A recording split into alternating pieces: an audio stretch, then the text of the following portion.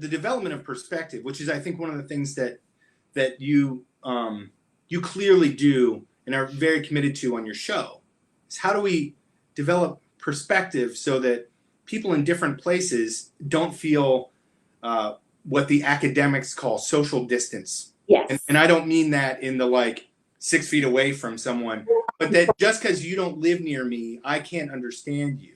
Yeah. You know, one of the things that storytelling and consistent sharing in an open way can do is develop empathy and compassion. And that's what we need right now. We need to develop empathy and compassion. You know, J.K. Rowling, who, you know, the author of the Harry Potter books, gave this marvelous commencement speech at Harvard like 10 or 12 years ago.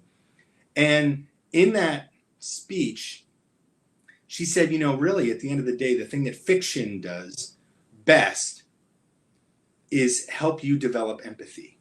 Yeah. Because you have to be in another character's position, whether it's Harry Potter or Cho Chang, or, you know, you get to do that. And when you are in that world, that's great.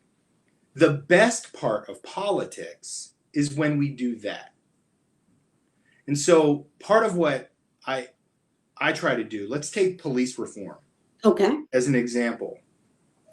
Because I think that for, you know, people who are, you know, sort of isolated, you know, rural folks, right, who don't have black or brown neighbors, right? They're like, why are, you know, and this is not a blanket statement. This is for some of them, and you know, who I get to talk to from time to time. It's like, oh, that's a problem over there. It's not a problem here.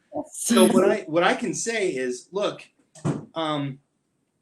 let's say that you get pulled over for having a busted taillight on your way from Spring Mills to Woodward.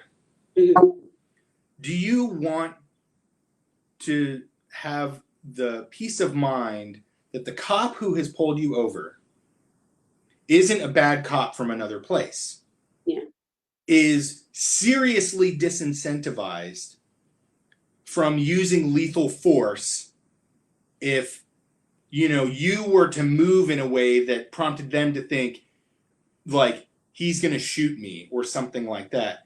Do you want a law like Carriel's law, which was just passed by the Buffalo City Council, that enables a whistleblower in a police force to report wrong behavior, particularly where force is involved? You know, like, so you should be able to trust and verify. Everyone should be able to trust and verify. And clearly, violence by police officers is meted out on people of color and overwhelmingly disproportionately on black men. What is it? 2.5 times, you know, the rate of police, you know, lethal force, right, compared to their white counter, you know, to white men. Well, don't we all want that protection? Of course we do. Of course we do.